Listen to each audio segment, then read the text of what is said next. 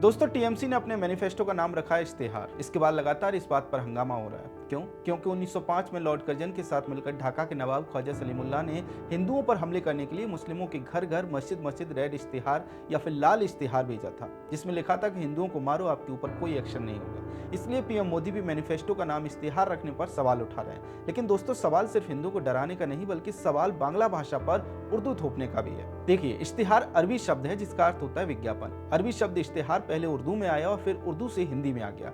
उसी इश्तेहार को इश्तेहार प्रोनाउंस करके टीएमसी कह रही है कि बांग्ला का शब्द है। सच में इश्तेहार को इश्तेहार प्रोनाउंस करने से वो बांग्ला का शब्द हो गया। एक और उदाहरण देखिए, बांग्ला में नहीं शब्द नहीं है, बल्कि उसकी जगह नेई शब्द है, जबकि कई बार बंगाल के लोग नहीं को नेही प्रोनाउंस करते हैं। तो इसका अर्थ ये तो नहीं हो गया कि नहीं बांग्ला का शब्द हो गया, बिल्कुल भी नहीं।